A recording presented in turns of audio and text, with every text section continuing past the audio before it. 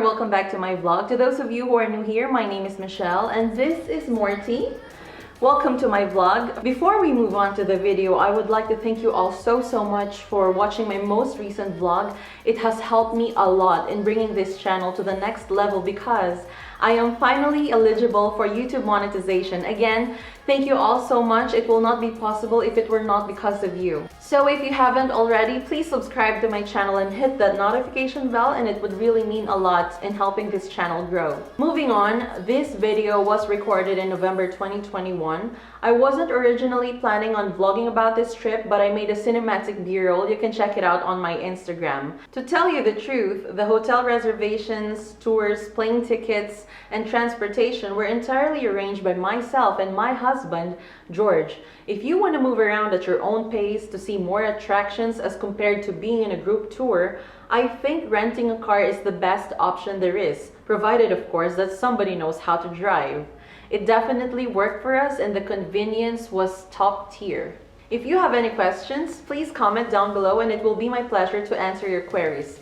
With all that being said, this is Jordan in 3 days. While George and I still lived miles away from each other at that time, we met in Doha Airport and flew together to Queen Alia International Airport on the first day and landed at 10 p.m. We stayed in a boutique hotel an hour away from the airport and spent the night there before heading to our first stop. We had a hearty Arabic breakfast that was absolutely fantastic. For the first time, I enjoyed eating hummus, although I was never a fan. At midday, we headed to the Citadel, which is an archaeological site located on top of a hill. The place has been a witness to history, and it's evident on the architectural structure and ruins. If you're a sucker for history, old buildings, and ancient sites like me, don't miss this place.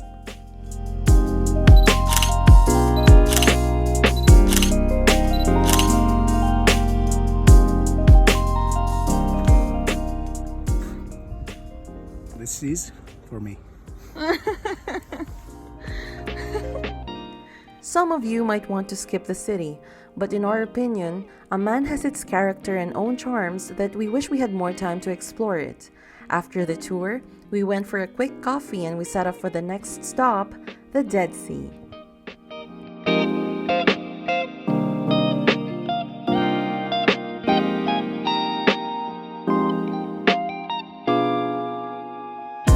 We checked in at the Hilton Dead Sea Resort and Spa, probably one of the best hotels I have ever stayed in. The coastal area is a hot spot for luxury hotels, and to tell you the truth, if you're traveling on a budget, Jordan is definitely not a cheap destination. So even though we wanted to stay in a budget-friendly yet decent accommodation, we didn't have much option, but it was absolutely worth it. It took us an hour and a half drive to reach the hotel. Normally, it would only take about an hour, but we occasionally stopped to take pictures and appreciate the view of the desert. We didn't waste much time after checking in. We immediately put on our swimsuits and went 3 levels down to the lowest point on Earth.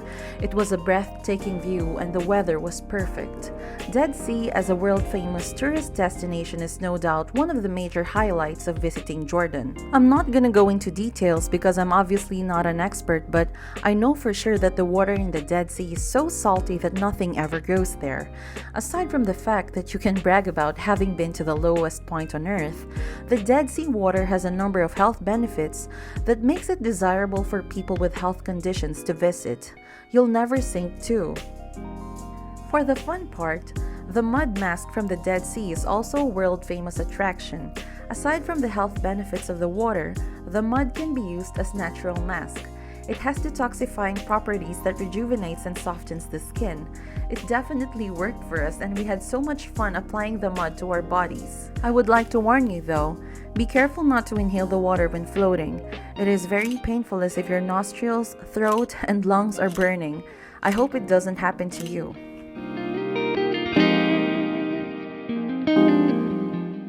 Soon after we left the beach, we stayed by the pool to get some drinks while enjoying the sunset. We ended the day with dinner and live music at a Lebanese restaurant in the hotel, which was sadly not recorded as I've mentioned earlier. I wasn't planning on making a vlog of this trip. Anyway, not because it wasn't posted doesn't mean it never happened, right?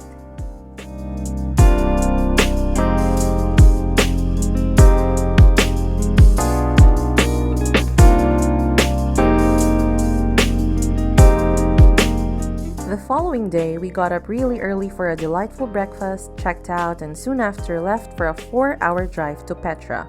We took photo and video opportunities on our way as we watched the Dead Sea at the windshield mirror slowly fade away. Alright, so here are 3 facts about Petra. Number 1, you guessed it, it's a UNESCO World Heritage Site. Number 2, Tomb Raider was filmed here. Lastly, Petra means rock, and for a good reason. Moving forward, I'd like to share some tips that I wish I had known before coming to Petra. Number 1. Come earlier. We reached by 1 p.m. and parked at the nearest spot to the entrance. We didn't know where to get the ticket. None of us read or researched before coming here, and we found out that the trail can take 6 hours to finish if you want to see all the attractions. We didn't have much time.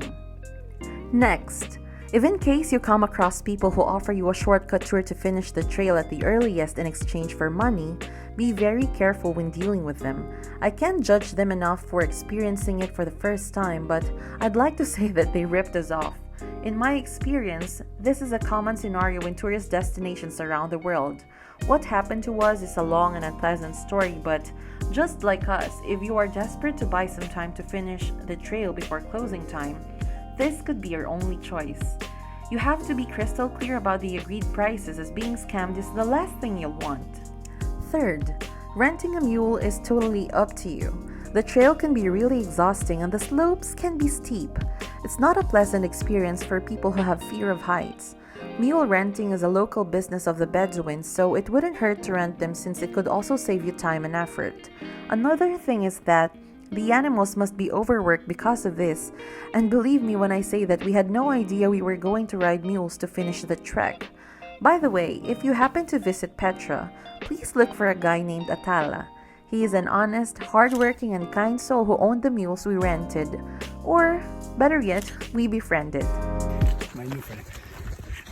Me and my friend. And last but not the least, wear your sneakers, bring some water, and have fun.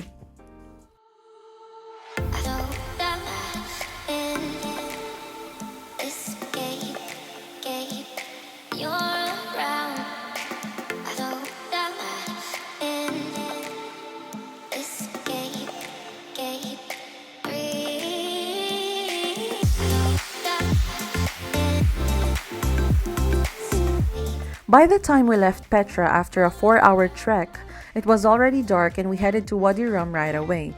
We were starving and exhausted, but we had so much fun. After 2 hours of driving, we reached the meeting point where we were fetched by the hotel staff. It was a real treat because we met these cute puppies while waiting for them to come and get us. Meanwhile, here's the only decent footage of the bubbles that I took that night. I have no footage of the buffet that was waiting for us, but here is a photo taken by a professional photographer in the same night for the stargazing activity and a look inside our en-suite bubble. What I loved about it, aside from its shape, is the fact that the roof is transparent and you can open and close it using a remote control.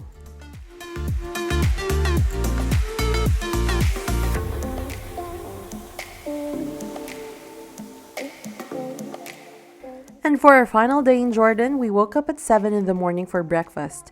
You can only appreciate the beauty of the desert at daytime because you can see how red the sand is. I have lived in the Middle East for 7 years, but only in Jordan did I see this beautiful color of sand. If this is how Mars looks like, I think this is a good reason why many films are set in this place. We then proceeded to the camel riding activity after breakfast because George had never experienced it. I have tried it in Qatar, but I never really liked it because of my fear of heights. Afterwards, we went to a part of the desert to take pictures, and here are a few of them. At 12, we checked out and set off to the airport and had to endure a 4-hour drive. Our flight was not until 8 p.m., but we left early for checked out just to be sure, and as always, stopped for pictures along the way. So that sums up my video. If you have any questions, comment down below and I'll be ready to answer them. I hope you enjoyed watching and give this video a thumbs up if you did. That will mean a lot. Have a great day and see you in my next vlog.